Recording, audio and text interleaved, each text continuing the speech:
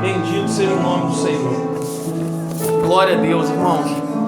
Tenho certeza que você está sentindo a presença de Deus aí na sua casa, nesse momento. A presença de Deus é maravilhosa. Eu queria te convidar para abrir a palavra do Senhor no Evangelho de João, no capítulo 17. Nós vamos dar continuidade à palavra que nós começamos na semana passada. É uma série de 3 mensagens. Semana passada, hoje e semana que vem a gente vai continuar nesse capítulo. E você que não assistiu na semana passada, você tem como acessar lá o Facebook do Ministério Cristo em Nós. Está lá a pregação da semana passada, o canal do YouTube também do Ministério Cristo em Nós. Essa aqui também vai ficar registrada. Então nós vamos ler o texto, logo em seguida eu vou estar orando pela palavra. Vou ler só vou ler 1 ou 2 versículos aqui, porque já lemos na semana passada o capítulo inteiro, e a gente vai dar continuidade. Depois eu peço para que você que entrou hoje aí na live, leia em casa o capítulo inteiro. Jesus falou assim, e levantando seus olhos ao céu disse: Pai, é chegada a hora, glorifica o teu Filho, para que também o teu Filho glorifique a ti, assim como lhe deste poder sobre toda a carne, para que dê a vida eterna a todos quanto lhe deste. Até aqui, irmãos. Vamos orar a Deus agora e depois a gente vai fazer a explanação. Pai querido, muito obrigado por tua palavra, palavra viva, palavra, Senhor, que nos renova, que nos confronta, palavra que nos ensina, Deus. Obrigado por tudo que o Senhor já falou conosco na semana passada, que o teu Espírito Santo mais uma vez fale aos nossos corações, potencialize essa palavra de acordo com a necessidade de cada um. Senhor, fica conosco, que falemos aqui apenas aquilo que o Senhor deseja. Nós oramos, ó Deus, assim pela palavra, e aproveitamos a oportunidade, Deus, para colocar diante de Ti cada dizimista, cada ofertante, cada pessoa, Senhor, que se dispôs, Senhor, como temos feito em nossa igreja, Senhor, uma vez no mês, a cada Santa Ceia, nós nos dispomos, ó Deus, a entregar a Ti, Senhor, aquilo que o Senhor coloca no nosso coração como oferta, entregarmos os nossos dízimos, ó Deus, porque entendemos, ó Pai, que não fazemos um favor, mas cumprimos a Tua palavra quando diz, através do apóstolo Paulo, que que isso é um serviço que nós fazemos, ó Deus, a Ti, e que prestamos a Ti, ó Deus, como um serviço, que o Senhor se agrada daqueles que dão com alegria, e além do mais, ó Deus, é a maneira que temos de demonstrar a submissão ao Evangelho de Cristo. Isso é o que a Tua palavra diz. Por isso abençoa o Teu povo, Senhor, dê prosperidade em todas as áreas. Nós entregamos no Teu altar, no nome de Jesus. Amém e amém. Irmãos, nós na semana passada falamos sobre 3 pontos importantes sobre a oração que Jesus fez aqui nesse capítulo 17 do Evangelho de João. E eu disse aqui que, na verdade, essa oração que a gente chama de oração sacerdotal é uma prestação de contas que Jesus está fazendo do ministério terreno dele. Deus deu a ele um plano para que ele executasse, um projeto, e nesse capítulo fica muito claro que ele conseguiu fazer tudo aquilo que o Pai desejava. A única coisa que faltava e que estava prestes a acontecer é que ele fosse entregue e morto em favor da minha vida e da sua vida, e que ressuscitasse ao 3º dia. E nessa oração, Jesus ele vai orar por algumas coisas que são importantes para nós conhecer. Eu falei aqui na primeira semana, no item 1, que ele orou para que nós conhecêssemos ao Pai.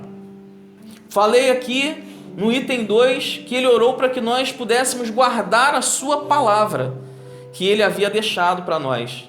E a terceira coisa é que, embora ele estivesse partindo para o Pai, para estar à destra do Pai, que permanecesse conosco a sua alegria. É uma alegria que excede todo entendimento. Nós falamos isso aqui. E ele está agindo aqui como um sacerdote. E eu disse que o sacerdote, o papel do sacerdote, do sumo sacerdote, era se interpor entre o homem e Deus, levar sacrifícios a Deus para que a oração dos homens fosse ouvida. E é exatamente isso que Jesus tem feito até hoje. Porque a palavra diz que ele morreria, mas ele ressuscitaria ao terceiro dia e estaria à destra do Pai, intercedendo por nós. Então esse é o papel de Jesus. Ele é o nosso sumo sacerdote. No versículo 15, hoje eu quero começar dizendo sobre um outro ponto que é muito relevante para nós, que Jesus ele vai interceder por livramento. Interessante que ele fala, por conhecermos o Pai, guardar sua palavra, por alegria, e ele vai orar para que Deus nos dê livramento. No versículo 15 ele diz assim, ó, não peço que os tire do mundo, mas que os livre do mal, ou do maligno, em algumas traduções. Jesus está pedindo aqui, Jesus conhecia o maligno, e ele não queria que nós tivéssemos um embate sem que estivéssemos guardados e protegidos por ele, pela graça, pelo poder, pela misericórdia do Pai. E aí ele faz esse pedido por livramento. Pai, eu não peço que os tire do mundo, eles vão permanecer aqui, eu vou para ti, mas que os livre do mal. Jesus conhecia o mundo em que os seus discípulos viviam. Jesus conhece aquilo que eu e você passamos nesse mundo. A Bíblia diz que nós somos aqui apenas peregrinos. Nós passamos por esse mundo, por um tempo limitado da nossa vida. Mas a nossa pátria, a nossa casa, não é aqui. Mas porque Jesus conhecia o lugar, o mundo em que os discípulos viviam, ele revela uma preocupação muito grande com os discípulos. Afinal, irmãos, Jesus ele veio com um propósito. E o propósito pelo qual Jesus veio era conhecer exatamente as tentações que eu e você viveríamos aqui nesse mundo. Jesus veio para entender. Jesus nasce de uma mulher, se faz homem como nós, para entender o que eu e você passamos. Cada sentimento de tristeza, cada sentimento de dor, cada sofrimento, cada tentação, Jesus conheceu cada uma delas. É por isso que, como Deus encarnado, no momento que ele está prestes a voltar para o Pai, para retomar toda a sua glória que ele tinha antes de vir como homem, ele faz essa oração, ele fala, Senhor, eu sei o que eles vão viver, eu sei o que cada um vai passar. Nessa oração aqui, Deus já sabia exatamente o que eu, Leandro, passaria, que o pastor Manuel passaria, o que a Luciana essa semana passou, a tristeza que ela viveu pela perda do seu pai. Jesus sabia exatamente disso tudo. É por isso que ele fala assim, Senhor, eu não peço que os tire desse mundo, eles vão ter que permanecer aqui por um tempo, até que nós nos reunamos de novo e eu ouça da tua voz, Pai, que é para eu voltar e buscar essa igreja. Mas enquanto isso, livra do mal, livra do maligno.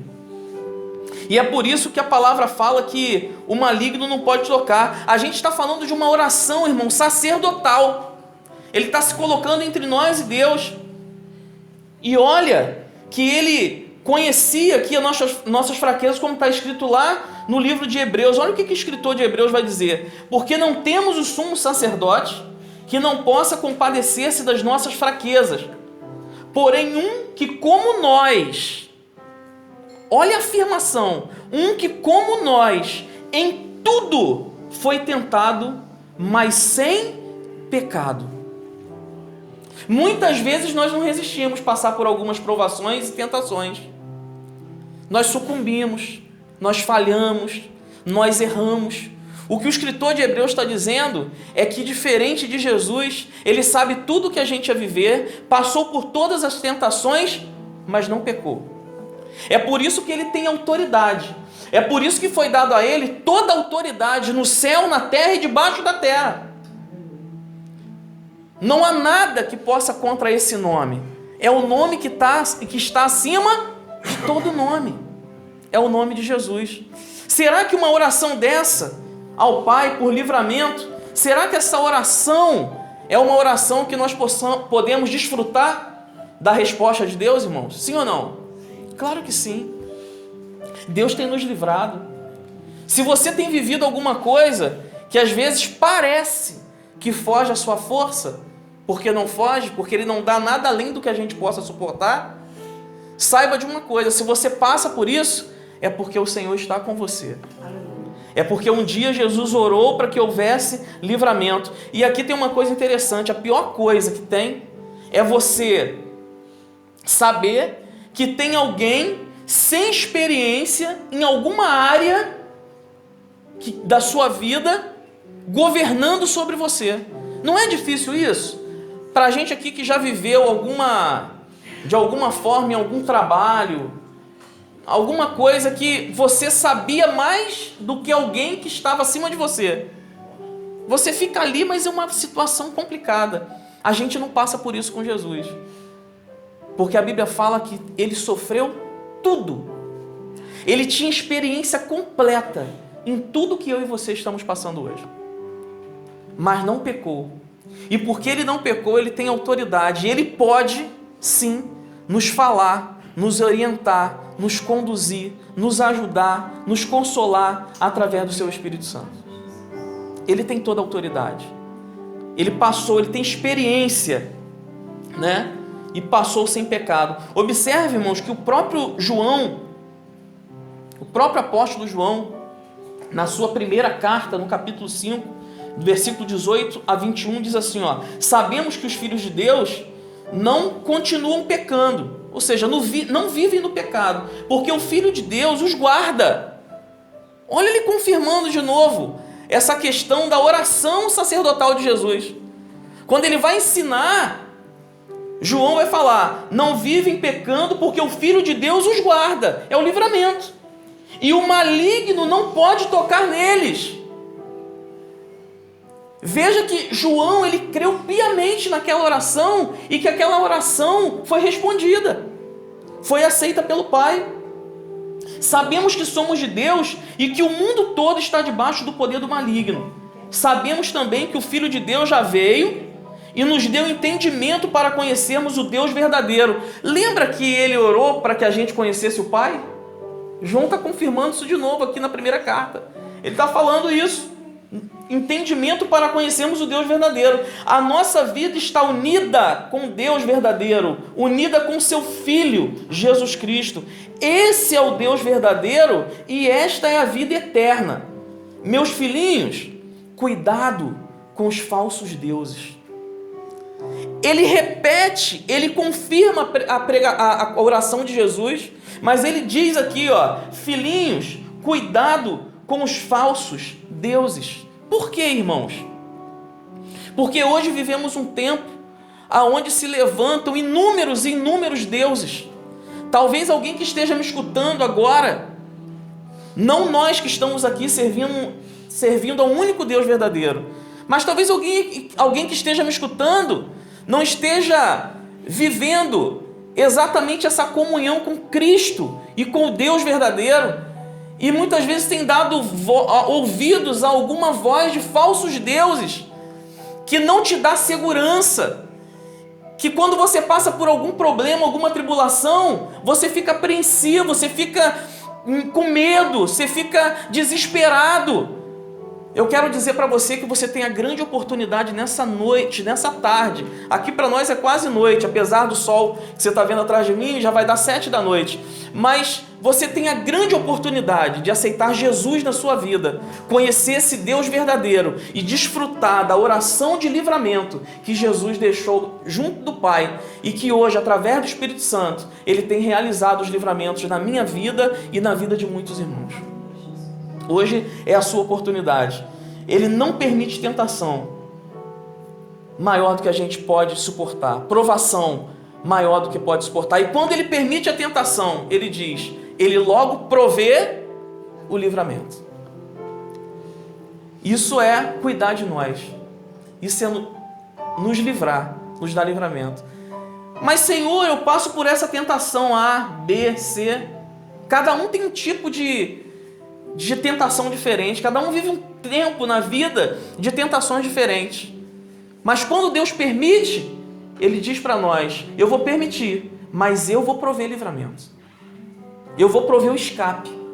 E aí você precisa se apropriar disso. Amém? Eu queria agora, depois de falar de livramento, falar de uma outra petição que Jesus faz, que é, nosso tempo passa muito rápido, santidade. Santidade foi algo que Jesus, nessa oração, ele também deixa muito claro, do versículo 17 ao 19. Ele diz assim, ó: santifica-os na verdade, a tua palavra é a verdade. Assim como tu me enviaste ao mundo, também eu os enviei ao mundo.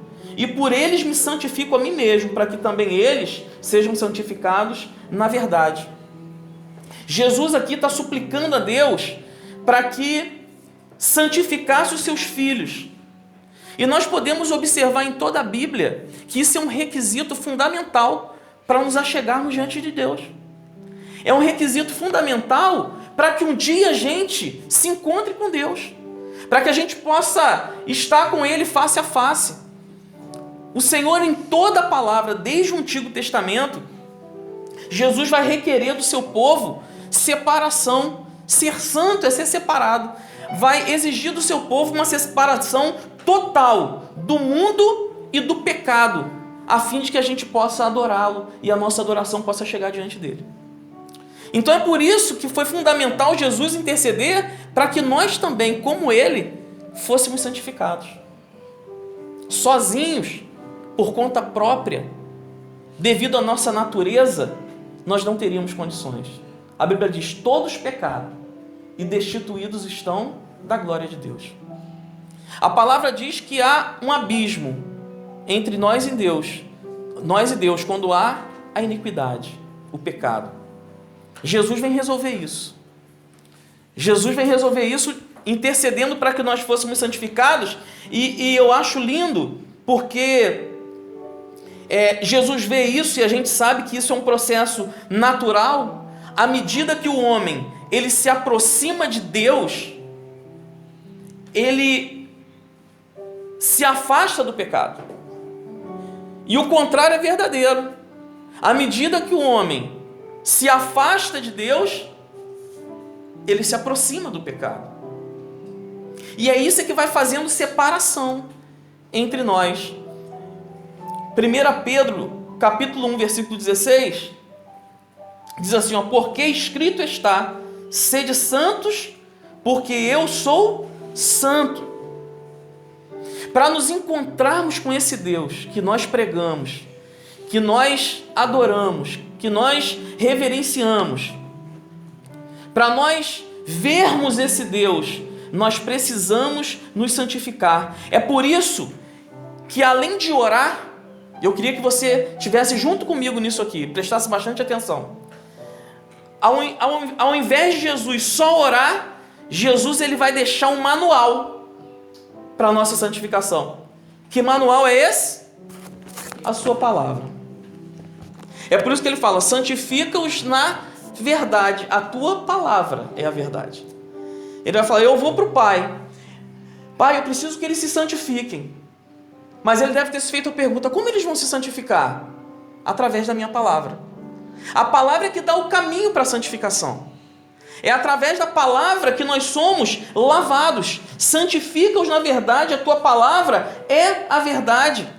A palavra fala em Tiago que a palavra de Deus serve como um espelho, que quando acabamos de ler e meditar, é como se nós estivéssemos diante do espelho e vimos um homem natural.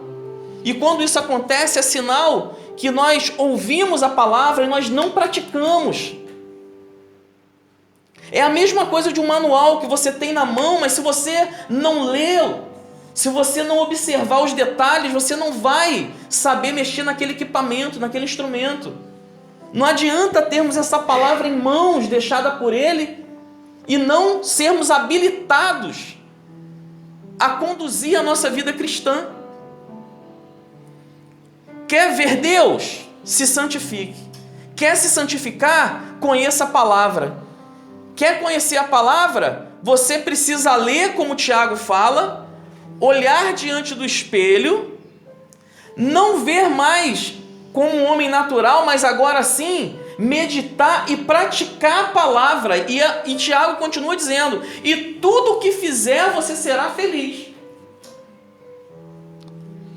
Você entendeu por que a gente precisa guardar a palavra? Você entendeu por que a gente precisa se santificar através dessa palavra? E por que Jesus deixou a palavra como caminho para a santificação? É a palavra que vai nos confrontar e vai dizer: nessa área você está pecando, nessa área você está errando. É a palavra que vai nos dizer, muitas vezes, que nós estamos fora do propósito e do projeto de Deus. É a palavra que vai nos sacudir, vai nos chacoalhar muitas vezes e vai nos colocar no caminho de novo.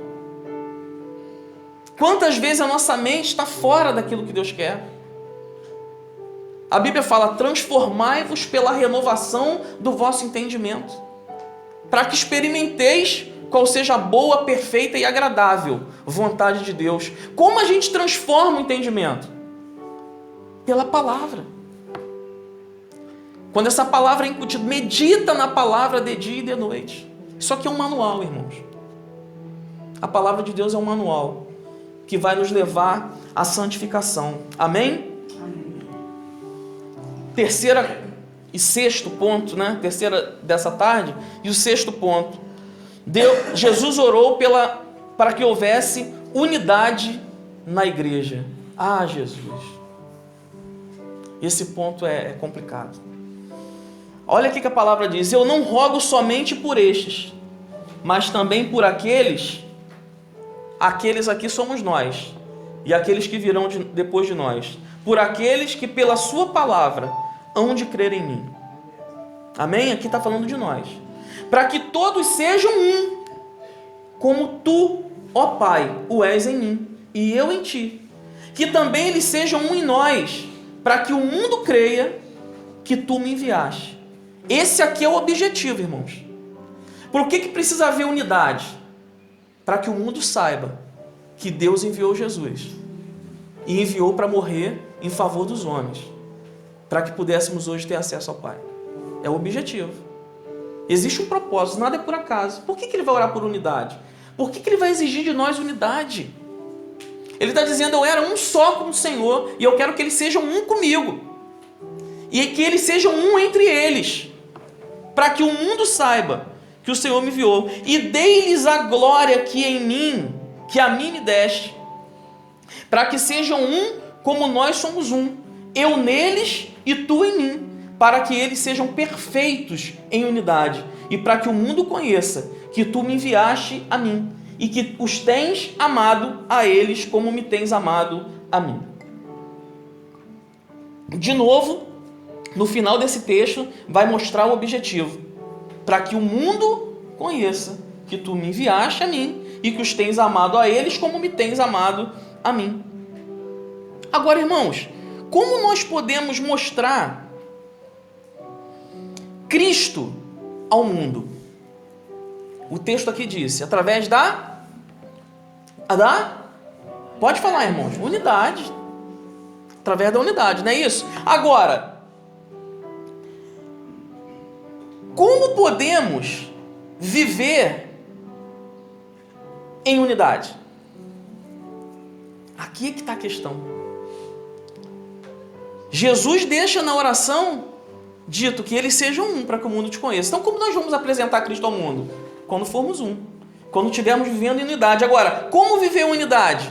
Andando no Espírito. Se não andarmos no Espírito, nós não viveremos em unidade. Porque a Bíblia, quando fala em unidade, ela fala em unidade de propósito. Ela não está dizendo que eu preciso pensar exatamente igual a Luciana, que eu preciso pensar exatamente igual Paulo. Nós somos pessoas, seres diferentes, com pensamentos diferentes. Mas como igreja, corpo de Cristo, alcança isso nessa noite, você que está me assistindo e quem está aqui. Mas como corpo de Cristo, nós não podemos ter vários propósitos. Porque Jesus tinha um propósito: salvar o mundo. Nós precisamos ter um propósito: vivermos em unidade. E essa unidade nos levará a fazer o papel que Cristo fazia e deixou para nós, que é ganharmos o mundo para Cristo.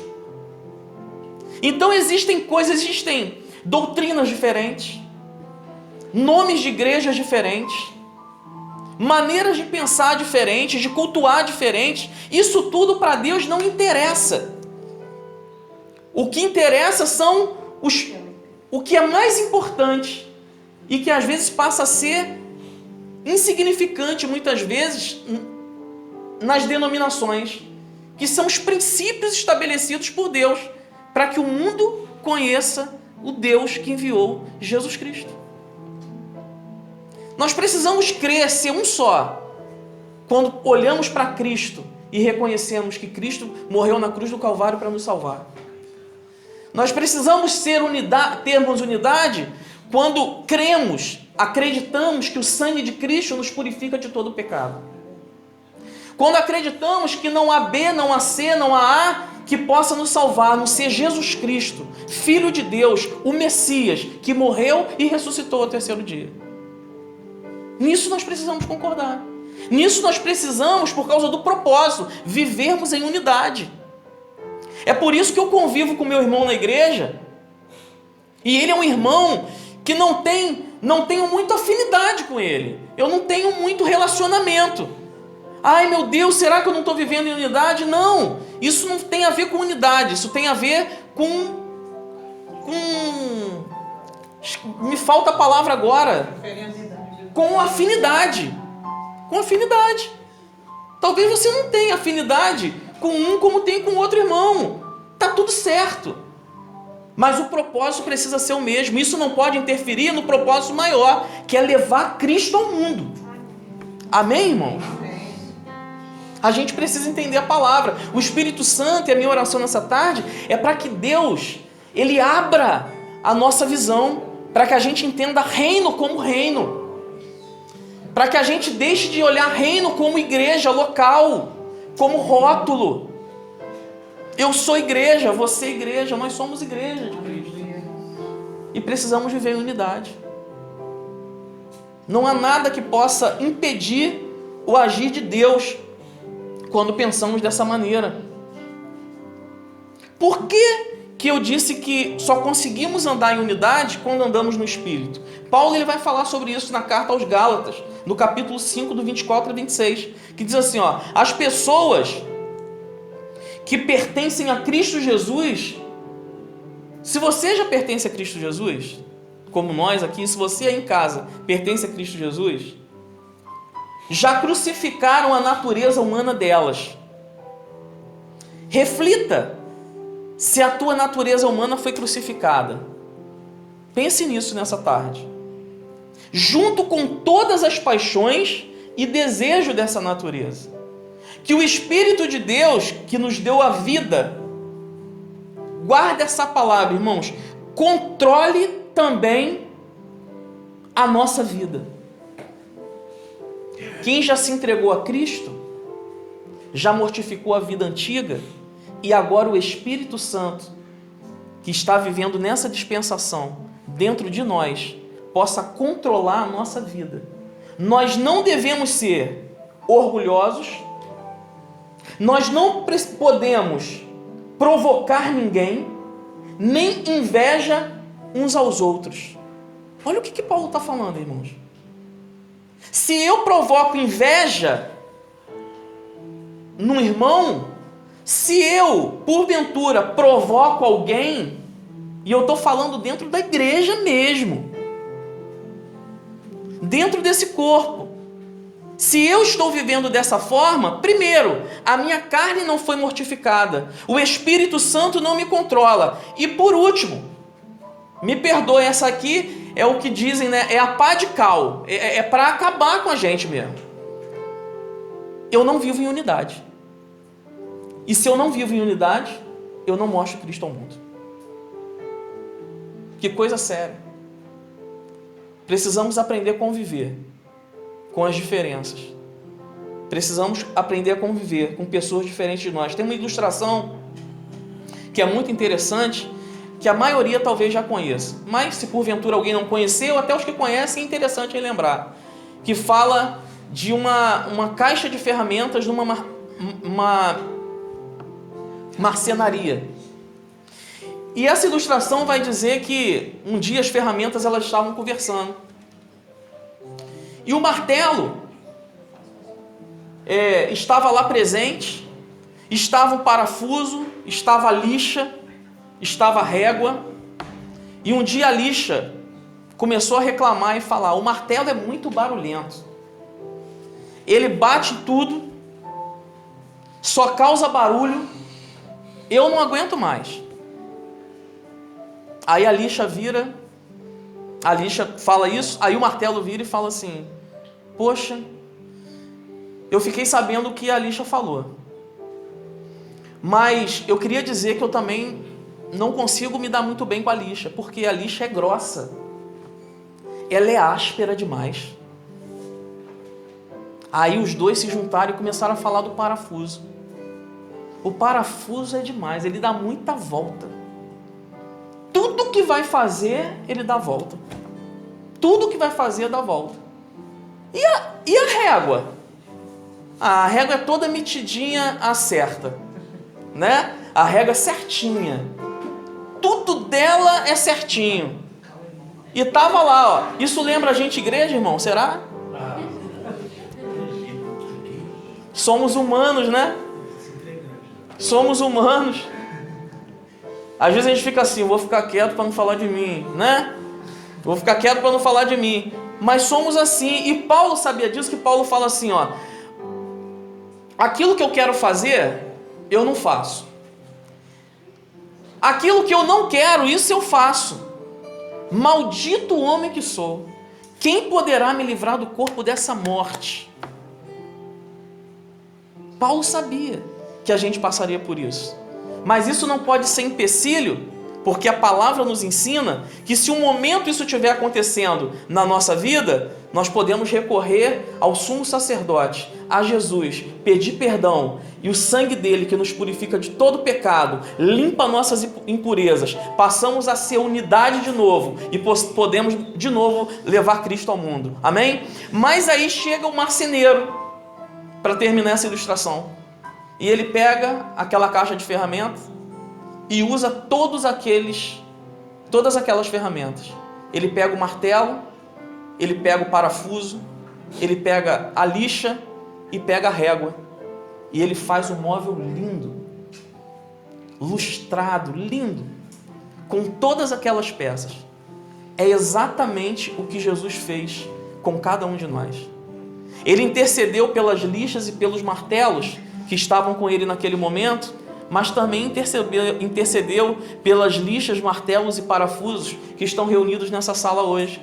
E ele pega cada um de nós, junta tudo na mão dele e faz coisas lindas e maravilhosas que possam atrair pessoas a Cristo Jesus, o nosso Senhor. Amém? Aprenda a lidar com o teu irmão. Seja alguém que produza unidade dentro da igreja, aonde você está, dentro da tua empresa, dentro da tua casa. Amém, irmãos? Guarde isso no teu coração. E para a gente chegar ao final aqui, eu quero falar sobre o último tópico, que é o 7º dessa tarde, que é frutificação espiritual. Versículo 18: assim como tu me enviaste ao mundo, também eu os enviei ao mundo. Irmãos, da mesma forma que Deus enviou o seu Filho para que desse fruto, e Jesus deu fruto, tanto é que ele está agora prestando conta ao Pai, o Senhor Jesus também estava enviando os discípulos e tem nos enviado para que possamos dar fruto.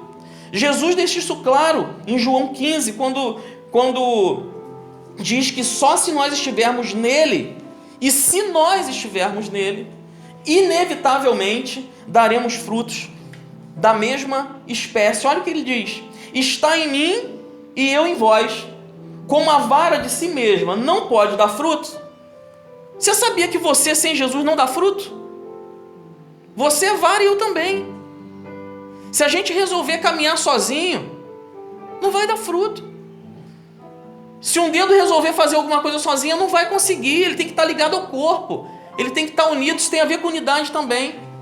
Mas olha a questão do fruto. Ele fala: como a vara de si mesma não pode dar fruto se não estiver na videira, assim também vós, se não estiverdes em mim. Eu sou a videira verdadeira. Eu sou a videira e vós as varas. Quem está em mim e eu nele, esse dá muito fruto, porque sem mim nada podeis fazer. Vocês não me escolheram, mas eu escolhi para irem e darem fruto, fruto que permaneça, a fim de que o Pai lhes conceda o que pedirem em meu nome. Irmãos, quanta gente tem pedido tanta coisa ao Pai, quanta gente tem pedido tanta coisa a Deus, em nome de Jesus, mas não consegue obter. Vocês já pararam para pensar nisso? Talvez eu esteja pedindo alguma coisa ao Pai e não me dê conta que as coisas que eu peço eu não tenho recebido, talvez porque eu estou agindo como uma vara fora da videira. Talvez eu esteja agindo como uma vara fora da videira verdadeira que é Cristo.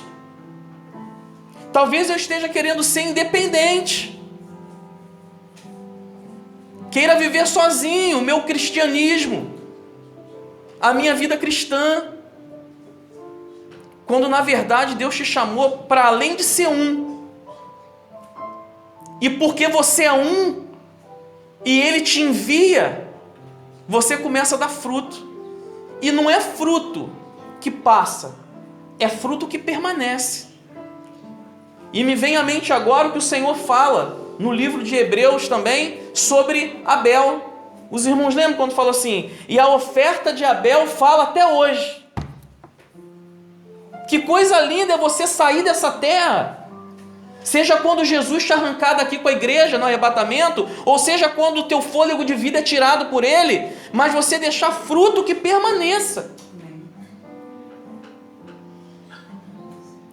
Como Dorcas deixou um dia, quando morre, antes de Pedro ressuscitar, as mulheres falavam: mas ela era muito abençoada, olha o que Dorcas fez para mim, olha o que ela fez, olha o que ela me deu.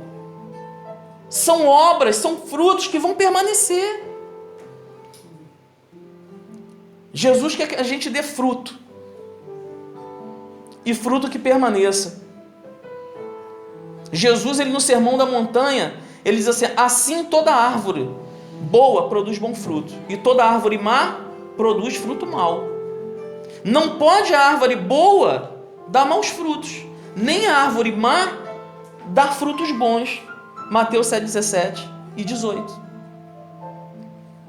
Eu quero encerrar essa segunda palavra aqui dessa série sobre a oração sacerdotal de Jesus, pensando junto com você o seguinte. Eu já falei isso muitas vezes, talvez a igreja que me acompanha saiba. É algo tão simples, mas é algo tão importante, e que o maligno ele tenta tapar os nossos olhos e os nossos ouvidos para que a gente não entenda isso. Jesus está falando aqui de darmos frutos. Você sabe por que Jesus está falando de dar fruto? É porque são pelos frutos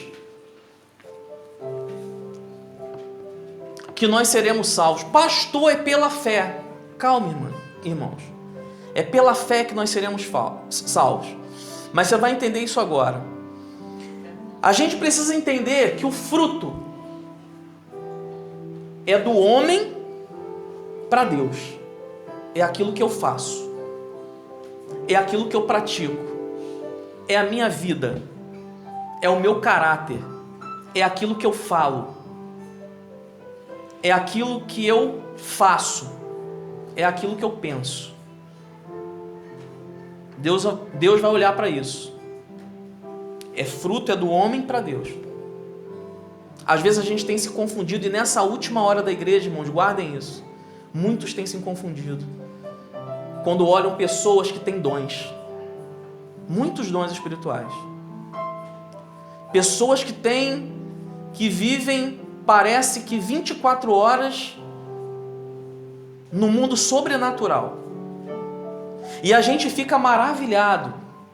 A gente pensa, nós somos muito ruins. Porque eu queria viver como ele, eu queria viver como ela e não consigo. Mas o dom, diferente do fruto, é de Deus para o homem. Nós não podemos julgar os dons, a quem o Senhor dá. Por isso que muitas vezes você se depara com situações e você fala assim, mas essa pessoa, Deus usa tanto. Eu não me preocupo com dons das pessoas que são usadas. E nem Deus. Deus usa cada um, como diz a palavra, como quer, onde quer, para um fim que for proveitoso. Agora, no final, no prestar de contas, como Jesus está fazendo aqui, quando chegar a nossa vez, aquele que tem muito dom e que não tem fruto,